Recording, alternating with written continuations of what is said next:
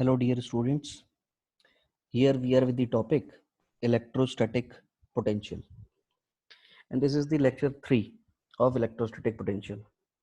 In the last video, we had studied about few things, and I just want to remind you those important points as those points were very important. The first point is that electrostatic potential due to an electric dipole at any point at any point is given by this formula, that is V is equal to V cos theta upon 4 pi epsilon naught R square. With the help of this, we can find the potential at axial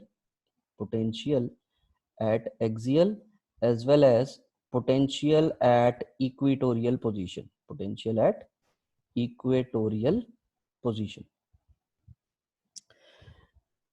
After this, we have learned about the relationship between the electrostatic potential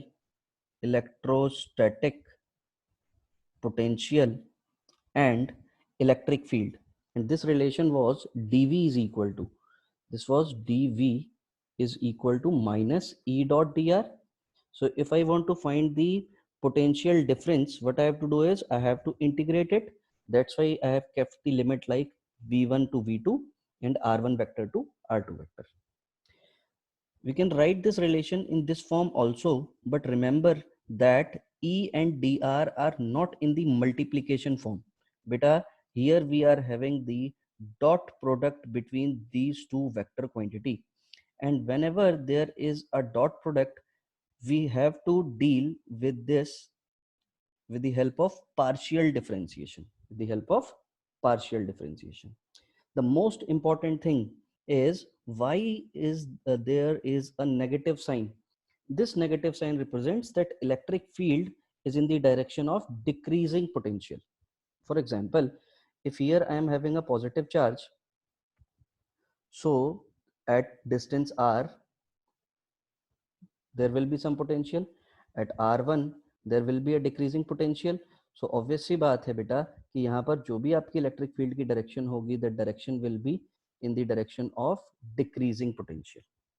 अगर ये negative charge होता तो obvious सी बात है यहाँ पर potential ज्यादा होता है, यहाँ कम होता है, यहाँ और कम होता है, यहाँ और कम होता है, क्योंकि नेगेटिव साइन आता है, क्योंकि minus Q upon 4 pi epsilon not R ऐसा रिलेशन मिल रहा होता. यानी कि यहाँ पर जो आपको इलेक्ट्रिक फील्ड की डायरेक्शन मिलेगी वो डायरेक्शन कैसी मिल रही होती, टुवर्ड्स द चार्ज. तो electric field is equal to the negative of dv upon dr, and this negative sign represents कि जो भी आपकी इलेक्ट्रिक फील्ड की डायरेक्शन होगी, that direction will be in the direction opposite to the direction of electric field, opposite to the direction of decreasing potential. Suppose अब मुझे किसी ने पोटेंशियल प्रोवाइड कर दिया, तो ऑब्वियस ही बात है एक्स डायरेक्शन की इलेक्ट्रिक फील्ड निकालने के लिए मुझे partial differentiation with respect to X करना पड़ेगा. ई वाई निकालने के लिए मुझे उसी पोटेंशियल का partial differentiation with respect to Y करना पड़ेगा. जेड डायरेक्शन में इलेक्ट्रिक फील्ड निकालने के लिए उसका पार्शियल डिफरेंशिएशन, उसी पोटेंशियल का पार्शियल डिफरेंशिएशन मुझे जेड डायरेक्शन में करना पड़ेगा. तो ऑब्वियस सी बात है कंबाइन इलेक्ट्रिक फील्ड निकालने के लिए मुझे क्या करना पड़ेगा, ई एक्स का जो भी मैग्नीट्यूड है उसको आई कैप से मल्टीप्लाई, ई वाई को जे से मल्टीप्लाई, ई जेड को किससे मल्टीप्लाई करना पड़ेगा बेटा, के से मल्टीप्लाई करना पड़ेगा. And we have seen the several results, several questions in the video 16. कुछ और क्वेश्चंस करने की कोशिश करते हैं कि E is equal to dv by minus dv by dr. इस चीज से मुझे और एक बात समझ में आती है, और वो बात क्या समझ में आती है बेटा, मुझे ये बात समझ में आती है कि एक्सेलरेशन जो हुआ करता था वो होता था हमारा dv अपॉन क्या होता था हमारा dv बाई dt. तो what this expression represents, this expression represents that graph slope of graph between v and t gives acceleration. ऐसे ही पढ़ा था बेटा हम लोगों ने 11th स्टैंडर्ड में. In the same way, if I'll draw a graph between v and r, then negative of the slope of v versus r graph gives electric field. For example मुझे किसी ने एक ग्राफ दिया V और R के बीच में, suppose this is V and this is R, और वो ग्राफ मुझे कुछ ऐसा बना कर दिया बेटा, ठीक। यहाँ पर जो भी सपोज हमारी वैल्यू है वो सपोज मैंने मान ली 1, 3, 4 और ये वैल्यू मैंने मान ली सपोज 4। तो ऑब्वियस सी बात है कि यहाँ पर O से A, B, C गए हम लोग। तो अगर मुझे O से A का वेरिएशन देखना है, अब मुझे इलेक्ट्रिक फील्ड, अब मुझे करना क्या है, obtain graph between E and R, E और R के बीच में मुझे ग्राफ बनाना है। तो E और R के बीच में ग्राफ बनाने के लिए क्या करना पड़ेगा वो समझने की कोशिश करते हैं। भाई ऑब्वियस सी बात है, दिस स्लोप इज पॉजिटिव, ये O से A जो हम जा रहे हैं दिस स्लोप इज पॉजिटिव, और वो वैल्यू कितनी आएगी, तो इसके लिए हमें टेन थीटा निकालना पड़ेगा। टेन थीटा किसका, OA का, and this will be perpendicular upon base. What is base, base is 1।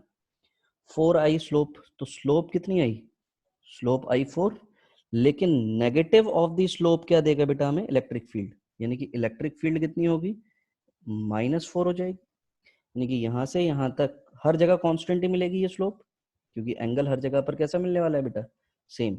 यानी कि यहाँ पर अगर मुझे इलेक्ट्रिक फील्ड दिखानी होगी तो इलेक्ट्रिक फील्ड की को -4 दिखाना पड़ेगा 0 से 1 डिस्टेंस तक, 0 से 1 डिस्टेंस तक।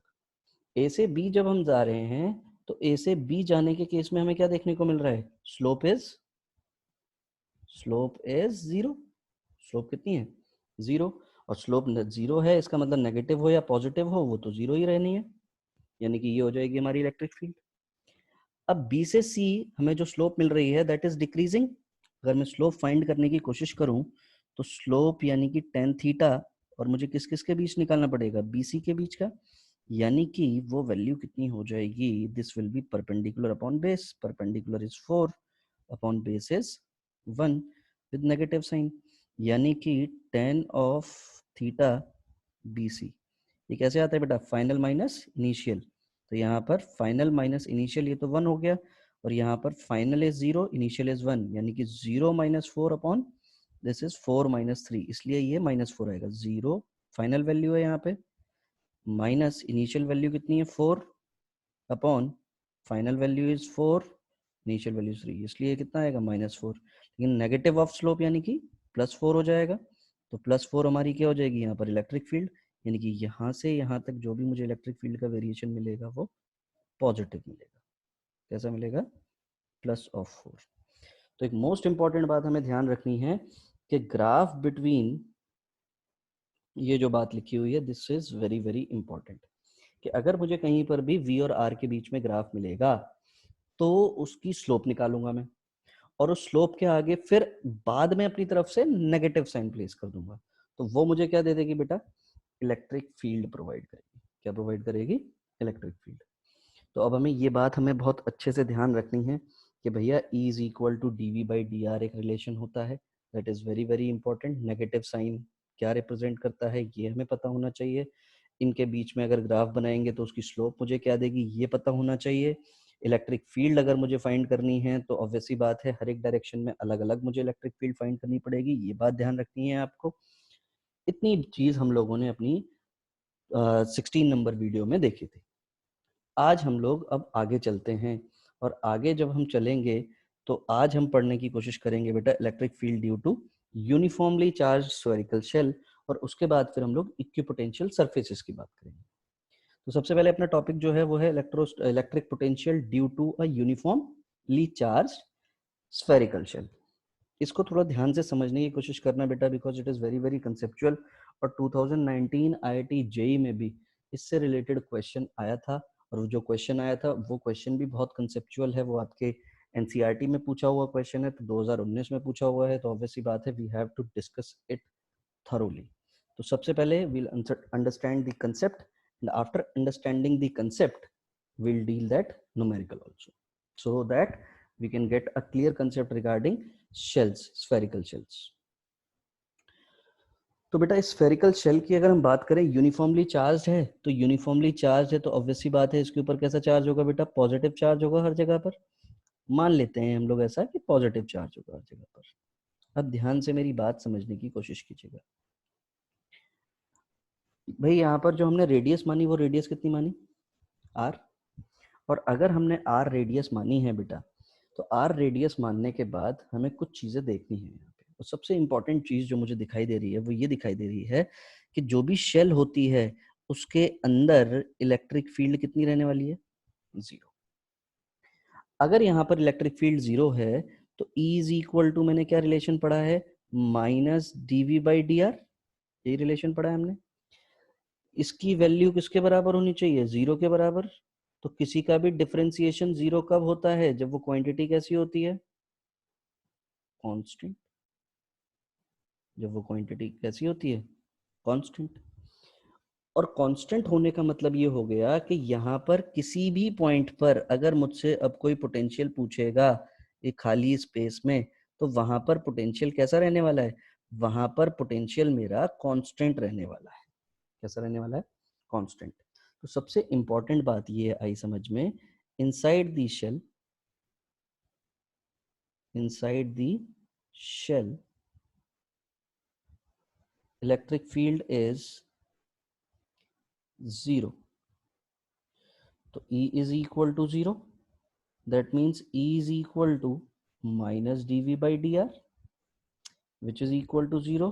This means V must be constant.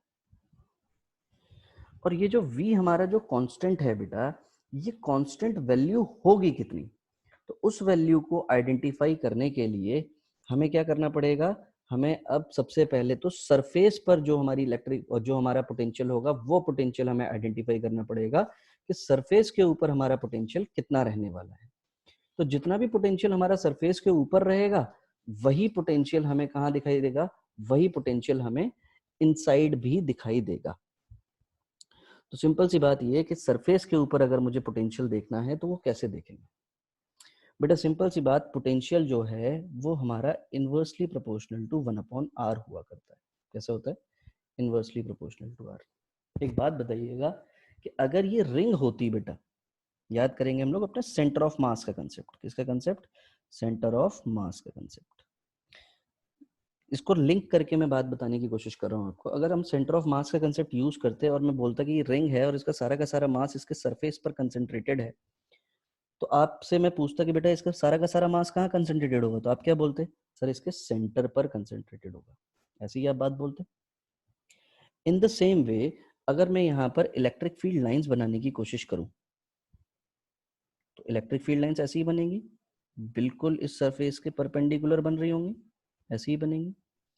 ये लग क्या रही है कि सारी की सारी जो ये रेज आ रही हैं, क्या ये रेज ऐसी नहीं लग रही है कि ये कहाँ से आती हुई लग रही हैं, सेंटर से आती हुई नहीं लग रही है, कि ये रेज कहाँ से निकलती हुई आ रही हैं, सेंटर से निकलती हुई आ रही है।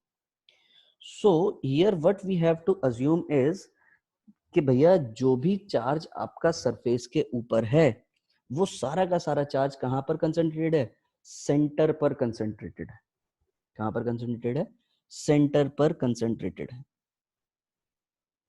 क्लियर हो गई बेटा बात। तो सिंपल सी बात ये है कि अगर सारा का सारा चार्ज सेंटर पर कंसंट्रेटेड है, तो मैंने टोटल चार्ज इसका कितना माना, सपोज Q। सारा का सारा चार्ज अगर Q अगर सेंटर पर कंसंट्रेटेड होगा, तो potential at the surface due to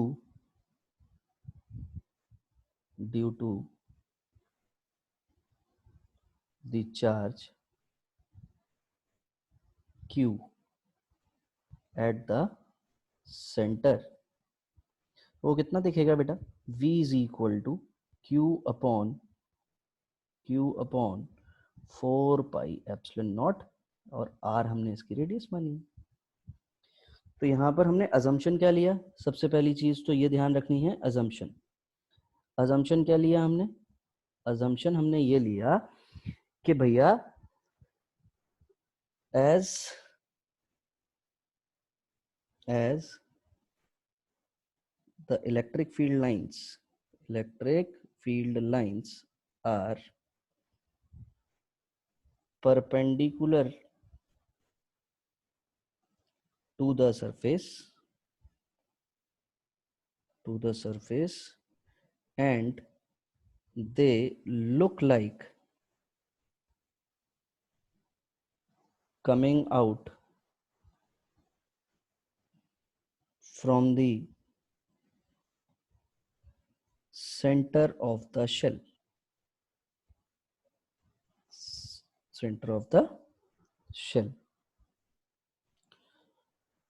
So we assumed that whole charge is concentrated at the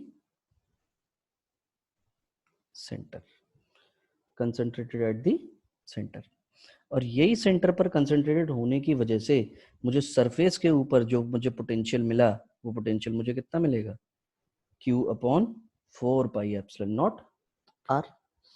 और जो ये सरफेस पर जो भी पोटेंशियल अपीयर होगा वही पोटेंशियल मेरा इनसाइड भी अपीयर होगा। जो यहाँ पर ये जो कांस्टेंट वैल्यू थी बेटा बिल्कुल सेम पोटेंशियल मुझे इनसाइड भी अपीयर होगा।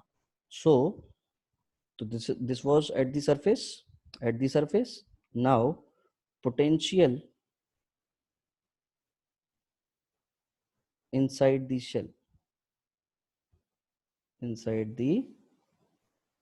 shell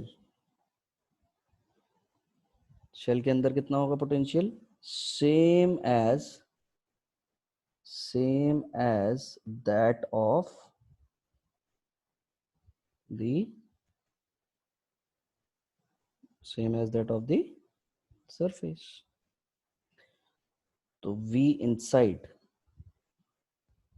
will be Q/4πε0 R। तो भैया अपने दिमाग में एक बात बिल्कुल अब फिट कर लेनी है। क्या बात फिट कर लेनी है कि सरफेस के ऊपर जो पोटेंशियल अपीयर होगा किसी भी शेल के उतना ही पोटेंशियल उसके अंदर भी अपीयर होगा, चाहे भले ही किसी भी पॉइंट की बात हो रही हो।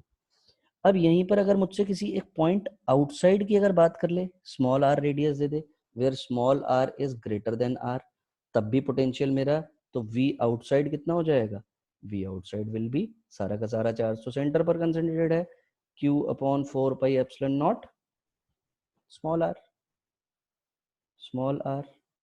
तो जैसे जैसे स्मॉल r की वैल्यू चेंज होते जाएगी पोटेंशियल भी चेंज होते जाएगा। तो मुझे क्या समझ में आया, मुझे ये समझ में आया potential at the surface will be Q/4πε0 R। V inside the shell same as Q/4πε0 R। V outside will be Q/4πε0 small r, where small r is greater than capital R। तो बेटा एक बार फिर से हम लोग इसको revise करने की कोशिश करते हैं कि इनसाइड दी शेल तो भैया इलेक्ट्रिक फील्ड 0 है, तो मुझे ये समझ में आया कि वहां पर पोटेंशियल कांस्टेंट होना चाहिए और उस कांस्टेंट की वैल्यू कितनी होनी चाहिए। तो उस कांस्टेंट की वैल्यू जो निकालने के लिए हमें चीजें देखनी है वो हमें पता होनी चाहिए कि सरफेस पर पोटेंशियल कितना होगा।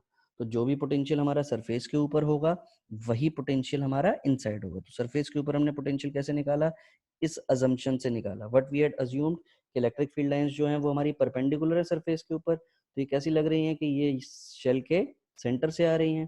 तो हमने क्या अज्यूम कर लिया कि सारा का सारा चार्ज कहाँ पर कंसंट्रेटेड है, इसका सेंटर पर कंसंट्रेटेड है। If the whole charge is concentrated at the center तो r डिस्टेंस पर पोटेंशियल कितना होगा Q/4πε0 कैपिटल R। अब यही आउटसाइड की बात करेंगे तो आउटसाइड में r जो है वो ग्रेटर देन r है, तो V आउटसाइड कितना हो जाएगा Q/4πε0 R। ऐसे ही रिलेशन हमें देखने को मिलेगा।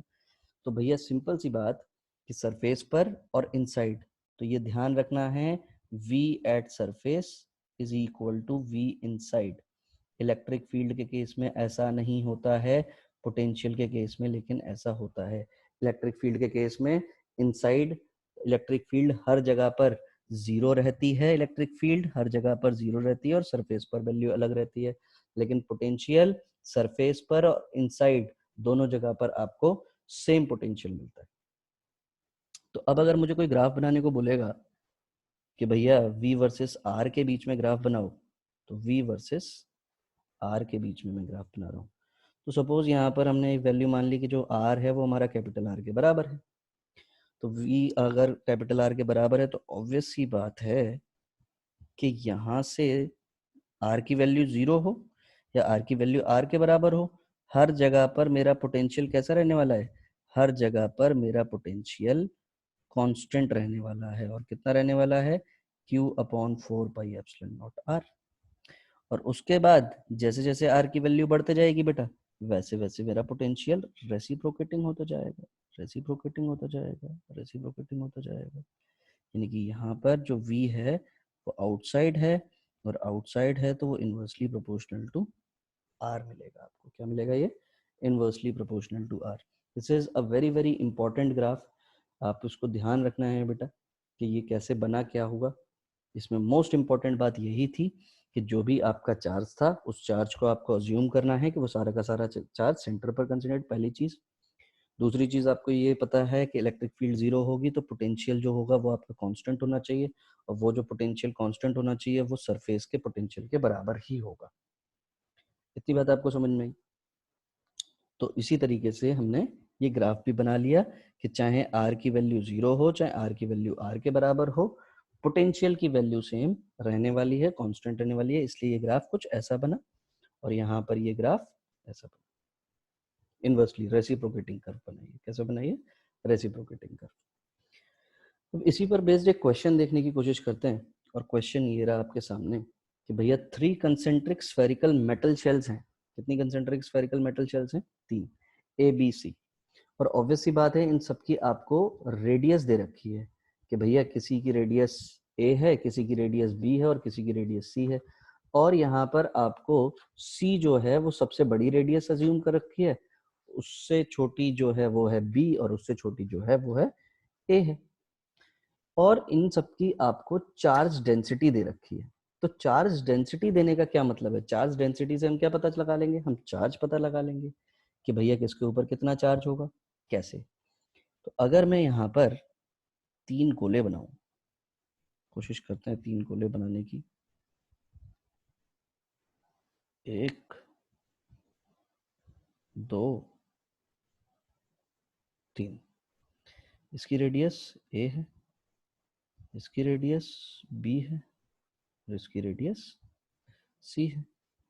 ऐसा ही है, तो हमें तीनों की रेडियस पता चल गई। इसकी जो डेंसिटी है ए वाले की, this is shell A, this is B and this is C. अब बेटा दिमाग लगा के काम करना है यहाँ पे। इसकी डेंसिटी आपको सिग्मा दे रखी है, इसकी डेंसिटी आपको माइनस सिग्मा दे रखी है, और इसकी डेंसिटी आपको प्लस सिग्मा दे रखी है। सिंपल सी बात, यहाँ पर शेल्स की बात है, शेल्स की बात है तो वहां पर मुझे चार्ज चाहिए होता है, तभी मैं ये फॉर्मूला अप्लाई कर पाऊंगा कि भैया हर जगह पर तो यही फॉर्मूला अप्लाई होना है कि Q/4πε0R। शेल के केस में तो तीनों ही केस थे हमारे, चाहे इनसाइड हो, चाहे सरफेस हो, चाहे आउटसाइड हो, वहां पर बस डिस्टेंस पता लग जानी चाहिए हमें, और उसके अकॉर्डिंग हमें ये देख लेना है कि भैया जिस भी शेल की बात हो रही है उसके अंदर की बात हो रही है, बाहर की बात हो रही है। तो सबसे पहले निकालना क्या है, मुझे चार्ज निकालना है। तो अगर मैं चार्ज एट ए निकालने की बात करूं कि भैया ए के ऊपर कितना चार्ज होगा, तो ए के ऊपर चार्ज निकालने के लिए क्या करना पड़ेगा, ए के ऊपर चार्ज निकालने के लिए सिग्मा इज इक्वल टू क्या होता था, चार्ज अपॉन एरिया। ऐसे ही होता था, sigma is equal to charge upon area. तो Q A will be equal to sigma into A, और इसका एरिया कितना है, इसका एरिया स्फेयर है, 4πa² हो जाएगा। ऐसे ही अगर मैं क्यू बी निकालने की कोशिश करूंगा तो माइनस सिग्मा है वैल्यू, और इसका एरिया 4πb² हो जाएगा बेटा। ऐसे ही मैं क्यूसी निकालने की कोशिश करूंगा तो 4πc² हो जाएगा इसके चार्ज। अब समझने की कोशिश करेंगे, मुझे निकालना क्या है, मुझे निकालना है find the potential of the 3 shells A B C। देखो बेटा सबसे पहले अगर मैं इस ए शेल की बात करूं, इसका मुझे पोटेंशियल निकालना है। तो अगर मुझे इसका पोटेंशियल निकालना है तो यहाँ पर कितने चार्ज रखे हुए हैं? एक तो चार्ज यही है, सरफेस पर रखा है, एक चार्ज इधर रखा हुआ है बी वाले शेल के ऊपर, एक चार्ज सी वाले शेल के ऊपर रखा है। हमने जो केस पढ़ा था, अभी अभी हम एक केस पढ़कर आए हैं कि कोई भी शेल हो, अगर उसका चार्ज उसके सरफेस पर रखा है तो अंदर लाई करने वाले पॉइंट के ऊपर जितना पोटेंशियल बाहर होगा उतना ही पोटेंशियल अंदर होगा। ऐसे ही पढ़ के आए हैं हम लोग। तो अब अगर मुझे पोटेंशियल एट ए लिखना है तो देखना बेटा कैसे लिखेंगे, पोटेंशियल एट ए, कि ए पर पोटेंशियल कितना होगा। तो देखना, वी ए निकालना है मुझे। तो वी ए, तो ए की वजह से जो पोटेंशियल होगा, ए वाली शेल की वजह से जो पोटेंशियल होगा वो तो कितना हो जाएगा, Q A upon 4 pi epsilon not. कितनी डिस्टेंस है ए, ठीक। अब जो चार्ज इस वाली शेल के ऊपर है, इसकी वजह से भी तो अंदर पोटेंशियल एक कांस्टेंट पोटेंशियल मेंटेन होगा भाई। इसकी वजह से भी तो ये तो सरफेस की बात है कि वीए पर आपको पोटेंशियल निकालना ही निकालना था। तो यहाँ पर तो चार्ज कितना रखा था आपका, यहाँ पर चार्ज आपका क्यू ए रखा है। ये जो क्यू ए चार्ज रखा है उसकी वजह से आपने पोटेंशियल लिख लिया। अब ये जो चार्ज बी वाली शेल पे, बी वाली शेल के ऊपर जो चार्ज है, ये शेल तो इसके अंदर आती है। अगर इसके अंदर आती है तो जितना पोटेंशियल इसके सरफेस पर होगा उतना अपीयर और यहाँ पर होगा। तो यानी कि plus Q B upon 4 pi epsilon not, कितना है, बी लिखना पड़ेगा यहाँ पर, क्योंकि इनसाइड और सरफेस पर पोटेंशियल बराबर होता है। ऐसे ही बेटा सी वाली शेल के ऊपर भी कुछ ना कुछ चार्ज रखा हुआ है, और जो भी ये चार्ज रखा है वो चार्ज को देखते हुए इस वाली शेल के अंदर आती है ए वाली शेल। तो ऑब्वियस सी बात है इसकी वजह से भी एक और पोटेंशियल डेवलप होगा, और वो कितना डेवलप होगा, सी के बराबर, ठीक। नेक्स्ट, पोटेंशियल एट बी, ध्यान से समझेंगे। अब ये एक केस हुआ अभी तक, अब पोटेंशियल निकालना है बी पे। तो बेटा बी पे पोटेंशियल अगर मुझे निकालना है तो ए वाले की वजह से पोटेंशियल कितना होगा, तो ए वाला जो चार्ज है ये तो इसके अंदर लाई कर रहा है। अगर ये इसके अंदर लाई कर रहा है तो ऑब्वियस सी बात है, यहाँ पर अगर हम ध्यान से देखेंगे तो ये सारा का सारा चार्ज इनसाइड है। उससे किस पॉइंट पर आपको, यहाँ से इसके सेंटर से कितनी डिस्टेंस पर आपको निकालने की बात कर रही है, बी पॉइंट पर। यानी कि Q A upon 4 pi epsilon not B, plus Q B की वजह से कितना हो जाएगा, Q B upon 4 pi epsilon not B. और क्यू सी के अंदर लाई कर रहा है ये, तो क्यू सी के अगर ये अंदर लाई कर रहा है तो ऑब्वियस सी बात है Q C upon 4 pi epsilon not C. बात समझ में आई? मुझे बी वाले शेल पे पोटेंशियल निकालना था। किस वाले शेल पे, बी वाले शेल पे। तो बी वाले शेल पर अगर मुझे पोटेंशियल निकालना है तो ऑब्वियस सी बात है ये तो जो चार्ज है ये तो इनसाइड है, तो इस शेल के अंदर है। तो अंदर पोटेंशियल कितना होगा इस चार्ज की वजह से, अंदर पोटेंशियल होगा बी डिस्टेंस को देखते हो, क्योंकि मुझे पोटेंशियल तो इसके ऊपर लिखना है और ये चार्ज इसके अंदर है। तो जब कभी भी चार्ज अंदर है और उसके सरफेस से ये बाहर है, मतलब ये सारा का सारा चार्ज सेंटर पर आ गया, क्यू ए सेंटर पर आ गया। कितनी डिस्टेंस पर पोटेंशियल लिखना है, बी पर। भाई ऐसा ही तो है कि हमने क्या माना कि क्यू ए सारा का सारा चार्ज सेंटर पे, सेंटर पर कितने डिस्टेंस पर पोटेंशियल लिखना है, बी डिस्टेंस पर, तो हमने लिख दिया। अब क्यू बी को सारा का सारा सेंटर पर माना और बी पॉइंट पर बी डिस्टेंस पर पोटेंशियल लिखना है तो लिख दिया। अब सी वाला सारा का सारा चार्ज सेंटर पे अज्यूम करना है आपको और बी डिस्टेंस पर पोटेंशियल लिखना है, लेकिन ये बी पॉइंट तो इनसाइड लाई करता है इस सी के। तो भैया ये आपको रिलेशन देखना पड़ेगा कि इनसाइड का और सरफेस का पोटेंशियल तो सेम होता है। ऐसे ही अब आपको पोटेंशियल एट सी लिखना होगा, और देखना पोटेंशियल एट सी अब तो समझ में आ गया होगा आपको कि सी पर पोटेंशियल लिखने के लिए क्यू ए को सबको सेंटर पर मानो, तो कितने डिस्टेंस पर निकालना है, सी पर, यानी कि Q A upon 4 pi epsilon not C. Q B पर देखना है तो Q B upon 4 pi epsilon not, ये भी सी लेना पड़ेगा। और क्यू सी तो क्यू सी है ही, यानी कि क्यू सी तो अगर क्यू सी है ही तो Q C upon 4 pi epsilon not C. बात समझ आई? दोबारा से समझने की कोशिश करेंगे कि पोटेंशियल एट ए जब लिखना था तो सारे के सारे चार्ज को मैंने सेंटर पर मान लिया। जब मैंने इसको सारे के सारे चार्ज को सेंटर पर मान लिया तो मुझे कितने डिस्टेंस पर निकालना है, ए डिस्टेंस पर निकालना है। जब मुझे ए डिस्टेंस पर निकालना है तो ये पोटेंशियल। अब ये जो चार्ज है बी वाली शेल के ऊपर जो चार्ज है इसको फिर से सेंटर पर माना, लेकिन ये जो पॉइंट है ये तो इस शेल के अंदर लाई करता है, अंदर लाई करता है तो जितना इसके सरफेस पर पोटेंशियल होगा उतना ही पोटेंशियल अपीयर होगा, ऐसे ही आउटसाइड। तो ये सब चीजें आपको ध्यान रखनी है कि पोटेंशियल कैसे लिखे गए। अब भाई सिंपल सी बात, वो इसमें ये बोल रहा है कि अगर शेल ए सी इसी इन्हीं सबको Q A Q B Q C की वैल्यू आप प्लेस कर देंगे तो ऑब्वियस सी बात है आपको वी ए वी सी और वी बी की वैल्यू मिल जाएगी, और उसके बाद फिर वी ए और वी सी की वैल्यू को इक्वेट कर दीजिएगा तो आपको ए बी सी में आपको रिलेशन मिल जाएगा। क्लियर हुई बेटा बात? ठीक। अगले मोस्ट इंपॉर्टेंट जो बात थी इस पे वो यही है कि सरफेस के ऊपर जो पोटेंशियल है वो पोटेंशियल इनसाइड अपीयर होगा।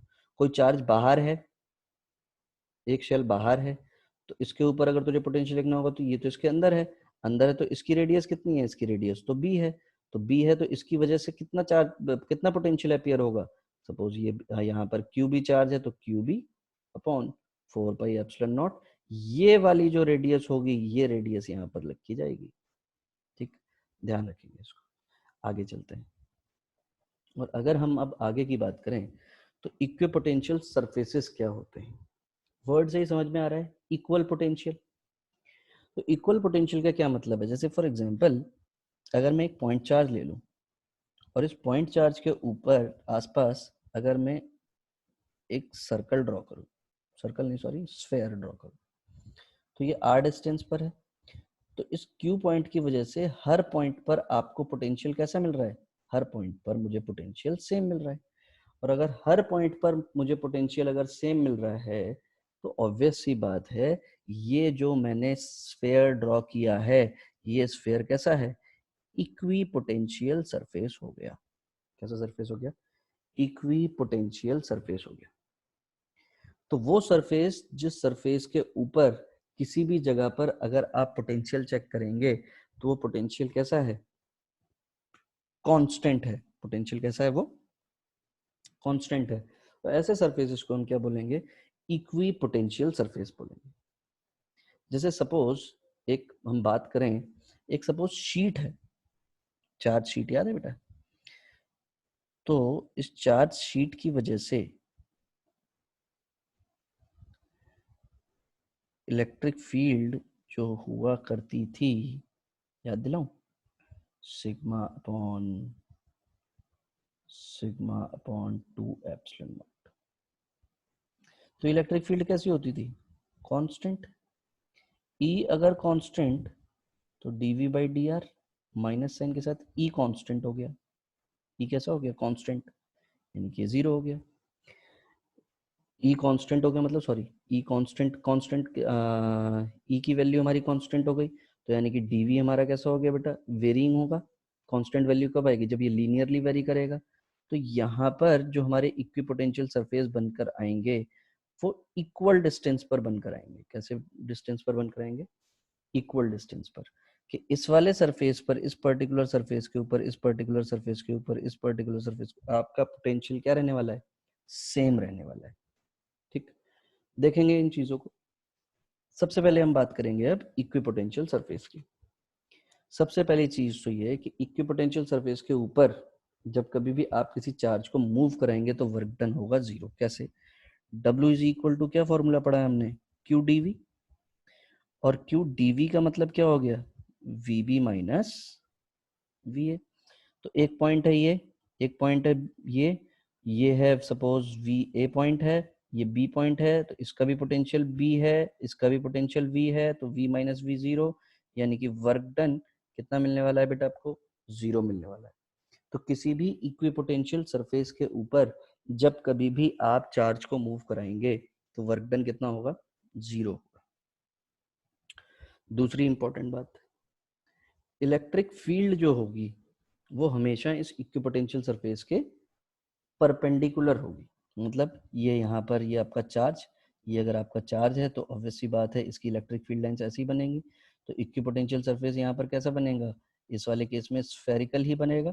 और अगर ये स्फेरिकल बनेगा तो ऑब्वियस सी बात है ये जो फील्ड लाइंस हैं, ये फील्ड लाइंस आपको हमेशा क्या मिलेंगी बेटा, परपेंडिकुलर मिलेंगी। कैसी मिलेंगी, perpendicular.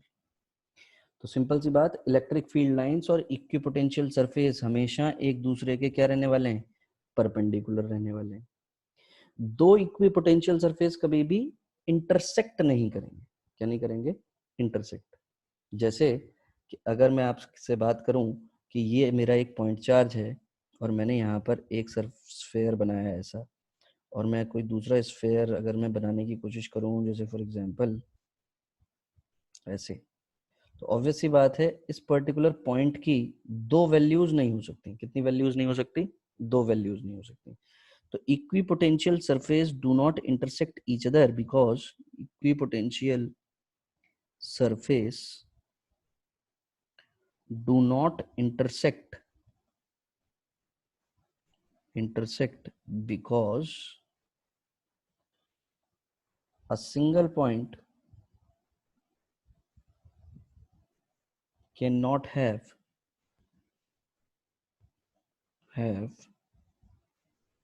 two values of potential।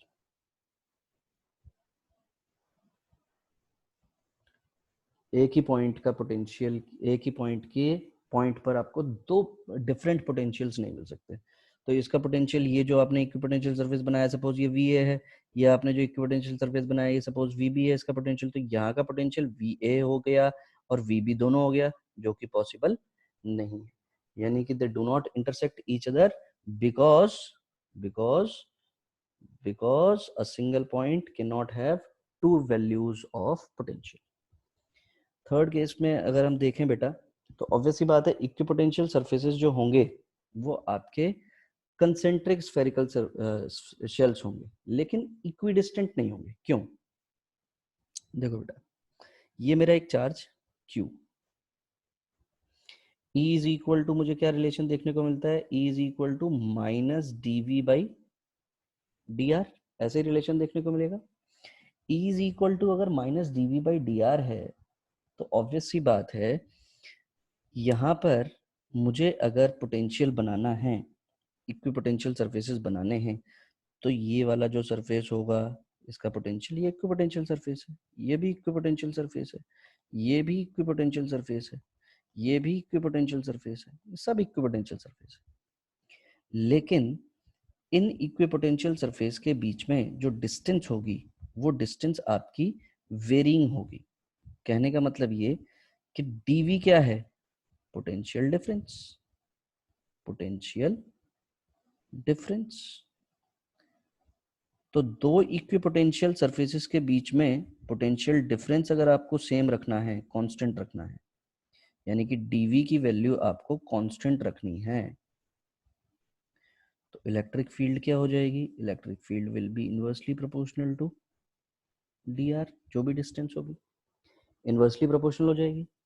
और अगर ये इनवर्सली प्रोपोर्शनल हो जाएगी तो ऑब्वियस सी बात है जैसे जैसे इलेक्ट्रिक फील्ड अगर सपोज डिक्रीज होते गई तो dr की वैल्यू क्या होते चली जाएगी, इंक्रीज होते चली जाएगी। यानी कि इस केस में जो भी आपका इक्विपोटेंशियल सरफेसेस बनेंगे वो सरफेसेस कैसे बनेंगे कि यहाँ पर तो इलेक्ट्रिक फील्ड बहुत हाई है, इसके पास में अगर हम देखेंगे तो इलेक्ट्रिक फील्ड बहुत हाई मिलती है हमें, लेकिन जैसे जैसे हम दूर चलते चले जाएंगे, दूर जाते चले जाएंगे, यहाँ पर ये इक्विपोटेंशियल सरफेसेस बड़े क्लोज होंगे।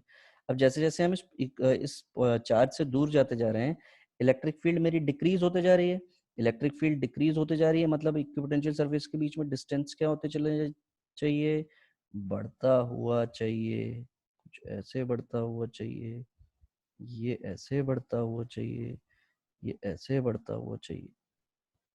तो दीज आर इक्विपोटेंशियल सरफेसेस, ये सब इक्विपोटेंशियल सरफेसेस हैं बेटा।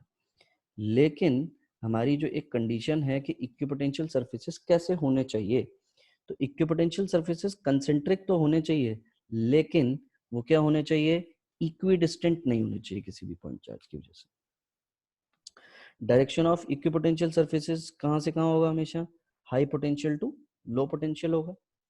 हॉलो चार्ज स्फेयर कंडक्टर जो हमने अभी देखा बेटा, वहां पर हमें पोटेंशियल कैसा मिला था, कांस्टेंट मिला था। तो उसको हम इक्विपोटेंशियल सरफेस ना बोल करके हम उसको इक्विपोटेंशियल वॉल्यूम भी बोल सकते हैं। तो उसके अंदर किसी शेल के अंदर किसी चार्ज को अगर मुझे मूव कराना है तो ऑब्वियस सी बात है किसी भी तरीके का कोई वर्क डन नहीं मिलेगा। इलेक्ट्रिक फील्ड हमेशा आपके इक्विपोटेंशियल सरफेस के कैसे रहने वाली है, नॉर्मल डायरेक्शन में रहने वाली है। This is very very important. E is equal inversely proportional to 1/dr। तो ये आपको क्या रिप्रेजेंट कर रहा है, E is equal to minus dv by dr। आपने जब रिलेशन लिखा और आप dv को कांस्टेंट रख रहे हैं, dv मतलब potential difference, this is potential difference, और हम इसको क्या बोल सकते हैं, difference between the potentials of two equipotential surfaces. तो दो इक्विपोटेंशियल सरफेसेस के बीच में जो आपको पोटेंशियल डिफरेंस मिलना चाहिए वो अगर कांस्टेंट है तो इलेक्ट्रिक फील्ड क्या हो गई, 1/dr, इनवर्सली प्रोपोर्शनल मिला। जैसे ही ये इनवर्सली प्रोपोर्शनल मिला मुझे इससे एक बात समझ में आ गई कि जहां पर इक्विपोटेंशियल सरफेसेस क्लोज होंगे, क्लोजर द इक्विपोटेंशियल सरफेस,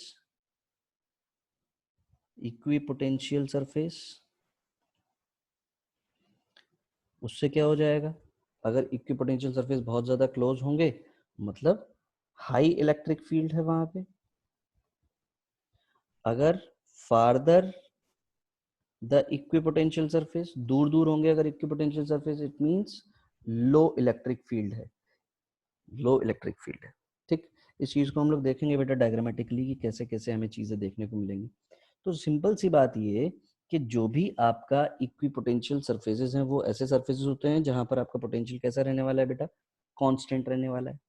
उसमें अगर कहीं पर भी आप कोई भी चार्ज पार्टिकल को सरफेस, पर्टिकुलर सरफेस के ऊपर अगर आप मूव कराएंगे तो वहां पर वर्क डन जीरो रहने वाला है। हाँ, एक इक्विपोटेंशियल सरफेस से दूसरे इक्विपोटेंशियल सरफेस के ऊपर अगर आप मूव कराएंगे किसी भी चार्ज को तो ऑब्वियस सी बात है उस केस में आपको क्या मिलने वाला है, उस केस में आपको वर्क डन मिलेगा। ठीक, ये दोनों कभी इंटरसेक्ट नहीं करेंगे क्योंकि एक ही जगह पर आपको दो इक्विपोटेंशियल सरफेसेस, तो ऑब्वियस सी बात है दोनों का पोटेंशियल अलग अलग होगा। दोनों का पोटेंशियल अगर अलग अलग होगा तो एक ही पॉइंट के दो पोटेंशियल्स नहीं हो सकते, इसलिए वो दोनों इंटरसेक्ट नहीं करेंगे। इक्विपोटेंशियल सरफेस हमेशा सरफेस के क्या रहने वाले हैं, हमेशा वो सरफेस के वो इलेक्ट्रिक फील्ड के परपेंडिकुलर रहने वाले हैं, ये बात हमें ध्यान रखनी है। हॉलो चार्ज स्फेरिकल कंडक्टर, अभी अभी हमने शेल को देखा था बेटा, तो वहां पे इनसाइड आपका पोटेंशियल कैसा रहता है, कांस्टेंट रहता है। सिंपल सी बात कि जहां कहीं पर भी इलेक्ट्रिक फील्ड बहुत ज्यादा स्ट्रांग है वहां इक्विपोटेंशियल सरफेसेस बहुत ज्यादा क्लोज होंगे। इस बात को ध्यान रखेंगे कि स्ट्रांग और वीक फील्ड हम कैसे आइडेंटिफाई करेंगे। तो भैया closer the electro equipotential surfaces high will be the electric field intensity, farther the equipotential surfaces low will be the electric field. अब इन्हीं पर बेस्ड अगर हम कुछ इक्विपोटेंशियल सरफेसेस देखें बेटा तो सिंपल सी बात यहाँ पर तेरे को ध्यान रखनी है, आपको ध्यान रखनी है कि ये जो भी आपके इक्विपोटेंशियल सरफेसेस हैं, ये अब देखो यहाँ पर इन दोनों के बीच में डिस्टेंस जो होगी वो इनके बीच में ये ज्यादा होनी चाहिए। मतलब अगर मैं इसको नाम दे दूं ए, इसको मैं नाम दे दूं बी, और ये एक और मैं अगर यहाँ पर सरफेस बना दूं, इसको मैं नाम दे दूं सी, तो these spheres will be concentric, but भाई यहाँ से इलेक्ट्रिक फील्ड डिक्रीज होते जा रही है, इलेक्ट्रिक फील्ड डिक्रीज होते जा रही है, डिक्रीजिंग है ये, तो ऑब्वियस सी बात है ए जो होगा वो छोटा होगा, बी उससे छोटा होगा, सी बड़ा होगा, है कि नहीं। ये डिस्टेंस वैसे वैसे क्या होती चली जाएगी बेटा, बढ़ते चली जाएगी, क्योंकि अभी अभी हमने पढ़ा E is inversely proportional to D r, कि इक्विपोटेंशियल सरफेस के बीच में जहां पर डिस्टेंस कम वहां इलेक्ट्रिक फील्ड ज्यादा, जहां डिस्टेंस ज्यादा वहां इलेक्ट्रिक फील्ड कम। तो ये पॉइंट चार्ज की वजह से अगर कभी भी आपको ये पेपर में आता है बेटा, बोर्ड में पूछा जाता है कि पॉइंट चार्ज के लिए इक्विपोटेंशियल सरफेस बनाइए, लोग क्या करते हैं बिल्कुल कंसेंट्रिक स्फेयर इक्विडिस्टेंट बना देते हैं जिसको काट दिया जाता है। तो सिंपल सी बात, ये इक्विडिस्टेंट नहीं होंगे, क्यों नहीं होंगे वो इस रिलेशन से आपको समझ में आ रहा होगा। कि भैया डी आर की वैल्यू जैसे जैसे वो सॉरी इलेक्ट्रिक फील्ड जो है वो अगर डिक्रीजिंग है तो ऑब्वियस सी बात है डी आर की वैल्यू को इंक्रीज होना पड़ेगा, तभी आपको डी वी कैसा मिलेगा बेटा, कांस्टेंट मिलेगा। और डी वी जब आपको कांस्टेंट मिलेगा तो उसके कांस्टेंट बनाने के लिए आपको क्या करना पड़ेगा, आपको डिस्टेंसेस अलग अलग रखनी पड़ेगी। मैं बात कर रहा था यूनिफॉर्म इलेक्ट्रिक फील्ड की जो डायग्राम वहां पर बनाने की कोशिश कर रहे थे बेटा, तो ऑब्वियस सी बात है इलेक्ट्रिक फील्ड मेरी कांस्टेंट हो गई। अगर मेरी इलेक्ट्रिक फील्ड ही कांस्टेंट हो गई तो minus D V by D R मिला मुझे रिलेशन, यानी कि D V is directly proportional to D R मिल गया मुझे रिलेशन, ऐसा ही मिला। तो D V directly proportional to D R मतलब इनके बीच की डिस्टेंस और इनके बीच की डिस्टेंस क्या होगी, अगर ये x है तो ये भी मुझे x मिलेगी, यानी कि ये यहाँ पर इक्वी डिस्टेंट होंगे। कैसे होंगे, इक्वी डिस्टेंट। तो यहां से मुझे एक इंपॉर्टेंट बात समझ में आई, वो ये समझ में आई कि क्या समझ में आई, in case of uniform electric field, in case of uniform electric field the equipotential surface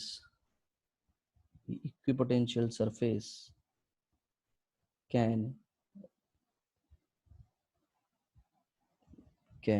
be equidistant or always be equidistant।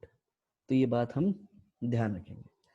तो सिंपल सी बात, इक्विपोटेंशियल सरफेस जो होगा वो डी आर के हमेशा कैसा होगा, ये बात भी बहुत इंपॉर्टेंट है बेटा, कि डीवी जो होगा, जो भी हमारा पोटेंशियल होगा या जो भी हमारी पोटेंशियल जो भी होगा डीवी, वो क्या होगा, सॉरी ई और ठीक है ना, ये बात हमें समझ में आई। नेक्स्ट अगर हम देखें तो डाइपोल की वजह से हमारे इक्विपोटेंशियल सरफेसेस कैसे होंगे। तो डाइपोल के लिए जब हम इलेक्ट्रिक फील्ड लाइंस बनाते हैं तो इलेक्ट्रिक फील्ड लाइंस तो आपको समझ में आ रही होंगी बेटा, ये हमारी इलेक्ट्रिक फील्ड लाइंस है। अगर मैं दिखाने की कोशिश करूं तो these are the electric field lines, है कि नहीं। और इलेक्ट्रिक फील्ड लाइंस यहाँ पर बहुत ज़्यादा क्लोज है, इस रीजन में बहुत ज़्यादा क्लोज है, वेरी क्लोज। और इस रीजन की अगर मैं बात करूं, इस रीजन की, तो नॉट वेरी क्लोज। तो ऑब्वियस सी बात है यहाँ पर जो भी मेरे इक्विपोटेंशियल सरफेसेस बनेंगे, यहाँ पर सेपरेशन इनके बीच में कम रहना चाहिए, यहाँ पर सेपरेशन इनके बीच में कैसा रहना चाहिए, कम रहना चाहिए। देखो ये और ये, यहाँ पर आपको सेपरेशन कम दिखेगा और यहाँ पर आपको सेपरेशन कैसा दिख रहा है, इंक्रीज होता हो जा रहा है, बढ़ता हो जा रहा है, ऐसे ही बढ़ता हो जाएगा। तो सिंपल सी बात, यहाँ पर अगर इस पॉजिटिव चार्ज के लिए इक्विपोटेंशियल सरफेस बनाएंगे तो वो इक्विपोटेंशियल सरफेस कुछ ऐसे बनेंगे कि अगर ये एक पॉजिटिव चार्ज है, डाइपोल है, तो यहाँ पर ये ऐसा बनता चला जाएगा। These are not concentric spheres. अब इन सब के सेंटर्स क्या होंगे बेटा, अलग अलग होंगे, शिफ्ट होते चले जाएंगे सेंटर्स। तो these are not concentric spheres. तो यहाँ पर भी जो कंसेप्ट यूज हुआ है इनके इस इक्विपोटेंशियल सरफेस को बनाने के लिए, वही कंसेप्ट यूज हुआ है कि जहां पर इलेक्ट्रिक फील्ड ज्यादा वहां डी आर की वैल्यू कम, और जहां पर इलेक्ट्रिक फील्ड की वैल्यू कम वहां डी आर की वैल्यू ज्यादा। तो यही आपको ग्राफ देखने को, यही आपको डायग्राम देखने को मिलेगा। तो यहाँ पर आपको ये डिक्रीज करते हुए बनाना है यहाँ पर, और ये ऐसे इंक्रीज, ये डिक्रीज, यहाँ पर इंक्रीज, ये डिक्रीज और यहाँ पर इंक्रीज। बोर्ड में लोग क्या करते हैं, यहाँ पर कंसेंट्रिक बनाकर चले आते हैं, चीजें गलत हो जाती हैं। यही चीज अगर दो पॉजिटिव इक्वल चार्जेस होंगे तो ऑब्वियस सी बात है यहाँ पर देखेंगे तो बेटा ये एक दूसरे के ऊपर प्रेशर एक्सर्ट कर रहे होते हैं। ये तो यहाँ पर तो नो इलेक्ट्रिक फील्ड लाइंस दिखाई देती हैं हमें, और यहाँ पर अगर हमें इलेक्ट्रिक फील्ड लाइंस नहीं दिखाई देंगी तो मतलब बहुत कम दिखाई देंगी इलेक्ट्रिक फील्ड लाइंस, बिल्कुल ऐसे बहुत पास पास होंगी, लेकिन ये एक दूसरे को कैंसिल आउट करेंगी। तो ऑब्वियस सी बात है, अब इस वाले केस में जब ये दोनों ही पॉजिटिव हैं तो यहाँ पर इलेक्ट्रिक फील्ड लाइन ज्यादा है, डेंस है, और यहाँ पर डेंस नहीं है। तो यहाँ पर जब डेंस नहीं है तो इनके बीच में जो इक्विपोटेंशियल सरफेसेस हैं इनके बीच में देखो ये आपको सेपरेशन ज़्यादा दिखाई दे रहा है और यहाँ पर आपको ये सेपरेशन कम दिखाई दे रहा है, और ये इलेक्ट्रिक फील्ड लाइंस के परपेंडिकुलर भी है। सेम चीज़ आपको यहाँ पर देखने को मिली है। ये बाद में यहाँ पर आकर ये दोनों को यहाँ से ये पूरा ऐसे इक्विपोटेंशियल सरफेस नहीं बन सकता था, तो ऑब्वियस सी बात है यहाँ पर आपको जो पोटेंशियल मिलेगा वो पोटेंशियल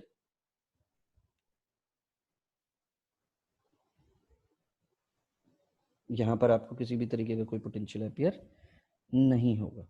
तो इसको आपने ओवरकम करके दोनों स्फेयर्स को, दोनों इसका स्फेयर और इसके स्फेयर को कंबाइन करके आपने बनाने की कोशिश की है। क्योंकि सिंपल सी बात है यहाँ पर तो अब चीज़ें क्या हो चली जाएंगी, यहाँ पे सेपरेशन आपका बढ़ता चला जाएगा, तो यहाँ पर जो भी स्फेयर्स आपके बनेंगे वो स्फेयर्स एक दूसरे में आप चिपकना शुरू कर देंगे।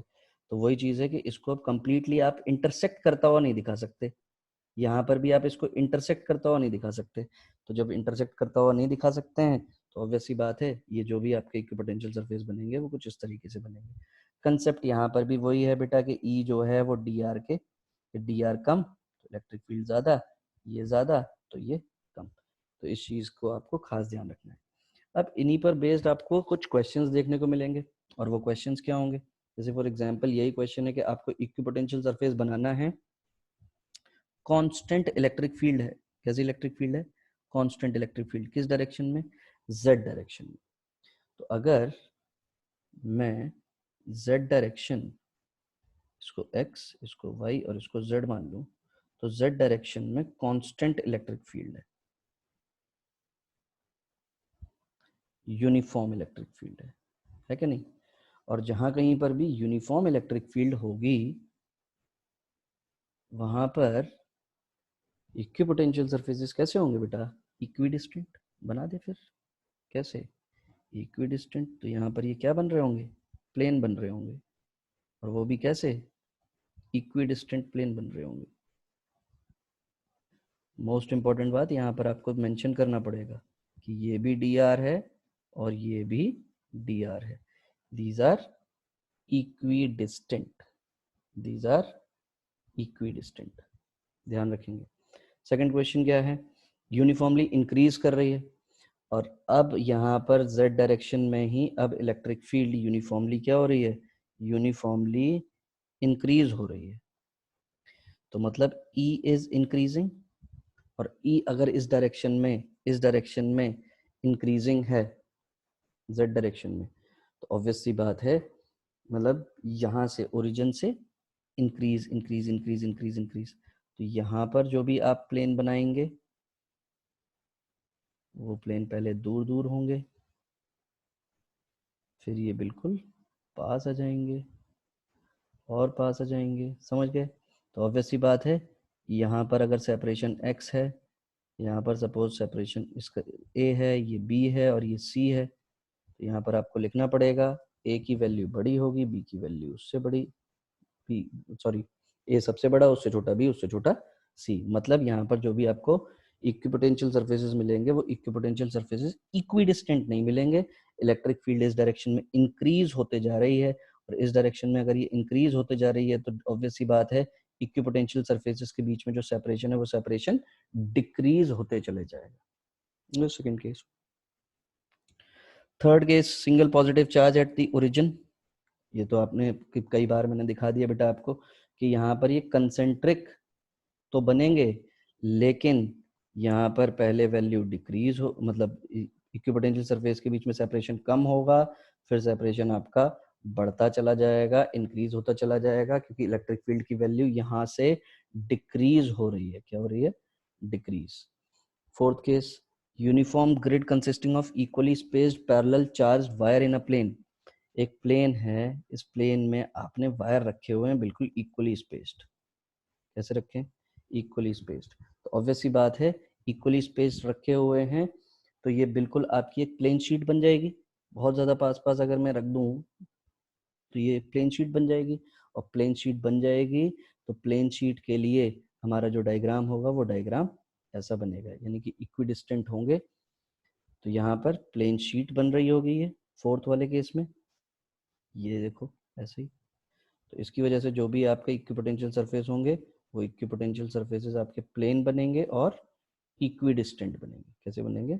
Plane and equidistant. तो बेटा इस बात को ध्यान रखेंगे, very important, very very important question है और ये एनसीईआरटी का भी सवाल है। Next, some equipotential surfaces are shown, what is the magnitude and direction of electric field। ये इक्विपोटेंशियल सर्फेसेस दिखा दी उसने। सर ये कैसे इक्विपोटेंशियल सर्फेस है? बेटा ये एक प्लेन बना रखा है उसने और ये प्लेन है, इसका पोटेंशियल दे दिया 20 वोल्ट। ये एक प्लेन बना दिया और इसका पोटेंशियल दे दिया 30 वोल्ट। ये एक प्लेन बना दिया और इसका पोटेंशियल दे दिया 40 वोल्ट। ये एक प्लेन बना दिया, इसका पोटेंशियल दे दिया सपोज 50 वोल्ट ही होगा और ये 40 ही होगा, जो भी होगी वैल्यू। और ये जितने भी एंगल पे रखे हैं, ये एंगल दे दिया आपको 30 डिग्री। तो आपसे इलेक्ट्रिक फील्ड की डायरेक्शन पूछ रहे हो, भाई कैसे बनाएंगे? अब देखना बेटा, मोस्ट इंपॉर्टेंट बात, इक्विपोटेंशियल सरफेसेस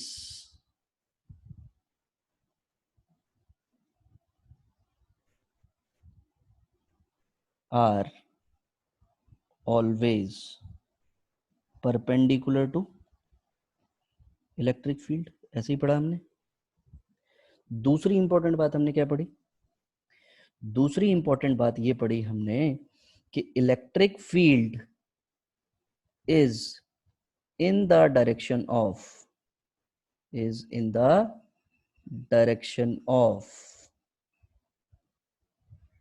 डिक्रीजिंग पोटेंशियल।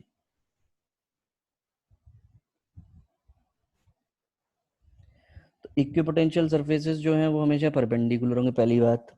और इलेक्ट्रिक फील्ड की डायरेक्शन डिक्रीजिंग पोटेंशियल के केस में, डिक्रीजिंग पोटेंशियल में होगी। तो पोटेंशियल यहाँ 50, यहाँ 40, यहाँ 30, यहाँ 20, यानी कि ये 50 से 20 की तरफ ही होना चाहिए, पहली चीज। और परपेंडिकुलर होना चाहिए। तो परपेंडिकुलर कैसे बनेगा? ऐसे ही बनेगा, ये परपेंडिकुलर, ये बन गई इलेक्ट्रिक फील्ड। और कैसी बनी? ये परपेंडिकुलर बन गई। अब जैसे ही ये परपेंडिकुलर बनाई है, भाई ऑब्वियस सी बात है, मैग्नीट्यूड भी पूछ रहा है, डायरेक्शन तो मुझे पता चल गई। Direction will be from 40 volt to 20 volt and it will be perpendicular to all the equipotential surfaces. ये मुझसे इलेक्ट्रिक फील्ड का मैग्नीट्यूड भी पूछ रहा है। तो अगर ये मुझसे मैग्नीट्यूड भी पूछ रहा है तो मैग्नीट्यूड हम कैसे निकाल सकते हैं? तो मैग्नीट्यूड निकालने के लिए हम क्या करेंगे? मैग्नीट्यूड निकालने के लिए हम थोड़ा दिमाग लगाएंगे। कैसे दिमाग लगाएंगे? मैग्नीट्यूड के लिए हम थोड़ा सा दिमाग लगाएंगे। भाई यहाँ पर अगर मैं एक परपेंडिकुलर लाइन ड्रॉ करूं, सपोज ये दो इक्विपोटेंशियल सरफेसेस हैं, यहाँ पर मैंने एक परपेंडिकुलर ड्रॉ कर दी, ऐसे ही बनेगा ये। अगर मैंने ये परपेंडिकुलर बना दिया तो इनके बीच में सेपरेशन कितना? 10 सेंटीमीटर।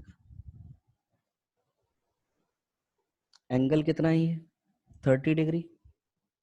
तो मुझे इलेक्ट्रिक फील्ड लिखनी है, तो electric field is equal to क्या होता है? Minus dV by dr। ऐसे ही पढ़ा हमने। तो ये इलेक्ट्रिक फील्ड एक पर्टिकुलर डायरेक्शन में है और जिस भी डायरेक्शन में इलेक्ट्रिक फील्ड होती है उसी डायरेक्शन की डिस्टेंस हमें देखनी होती है। यानी कि मुझे ये वाली डिस्टेंस ही निकालनी पड़ेगी। और ये वाली डिस्टेंस निकालने के लिए एंगल मुझे कितना दिया हुआ है? This angle is 30 degree. और अगर ये एंगल मुझे 30 डिग्री दिया हुआ है तो ऑब्वियस सी बात है, this is hypotenuse and this is perpendicular, यानी कि दिस विल बी 10 sin 30। बात समझ में आई या नहीं? ई एक्स निकालते थे तो उसके लिए माइनस डो वी बाई डो एक्स डायरेक्शन ही देखते थे। ई वाई निकालते थे तो माइनस डो वी अपॉन डो वाई देखते थे। ई जेड देखते थे तो माइनस डो वी अपॉन डो जेड देखा करते थे। In the same way electric field मैंने अपनी डायरेक्शन पता कर ली कि ये डायरेक्शन इसी तरफ होगी, तो ऑब्वियस सी बात है इसी डायरेक्शन में दो इक्विपोटेंशियल सरफेसेस के बीच का सेपरेशन कितना है? तो मुझे ये वाली डिस्टेंस ही आइडेंटिफाई करनी है। कौन सी वाली डिस्टेंस? ये वाली distance.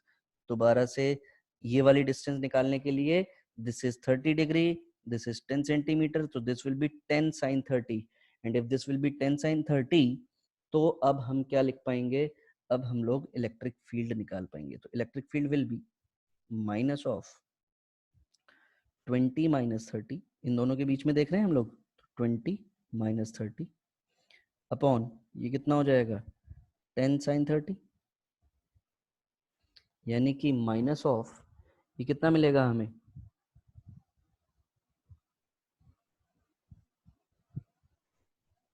Minus of this will be minus minus plus, minus of 10 upon 10 sine 30, sine 30 10 centimetre है तो इसको मीटर में लिखना पड़ेगा, 10 टू द पावर माइनस 2, यानी कि 10 into 10 to the power minus 2 into sine 30 is 1/2, तो दिस विल बी 5, और अगर ये 5 हो गया तो ये 2 हो गया, और अगर ये 2 हो गया तो ये ऊपर चला गया, यानी कि ये आ गया 200 न्यूटन पर कूलम।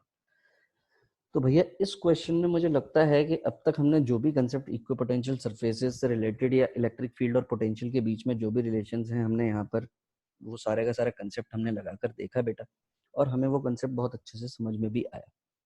कोई भी चीज़ अगर समझ में नहीं आती है बेटा तो उसको पूछना है, और पूछने के लिए you people must be having my phone number 9997774433। आप इस नंबर पे भी लिखकर आप व्हाट्सएप कर सकते हैं, और आप वीडियो में ही आप कमेंट कर सकते हैं। तो इतनी सारी चीज़ें देखने के बाद अब हम लोग बाकी चीज़ें कल देखेंगे, नेक्स्ट वीडियो में देखेंगे, मतलब कल ही आएगी आपकी नेक्स्ट वीडियो, उसमें देखेंगे, और उसके बाद फिर पढ़ाई करते रहिए, नोट्स बनाते रहिएगा, और हर चीज़ को, फिजिक्स में सबसे इम्पोर्टेंट चीज़ है आईक्यू अच्छा होना चाहिए बेटा। जो भी चीज़ यहाँ पर समझाई जा रही है एक बार में ना समझ में आए तो ऑब्वियस सी बात है, वीडियो है तो उसको बार बार आप देखिए, जैसे जैसे आप उसको देखते चलेंगे आपको चीज़ें समझ में आते चलेंगी, नहीं समझ में आए तो आप ध्यान रखिए कि उसको कैसे समझना है। तो ऑब्वियस सी बात है, यू कैन व्हाट्सएप मी और you can comment on that particular video. Thank you.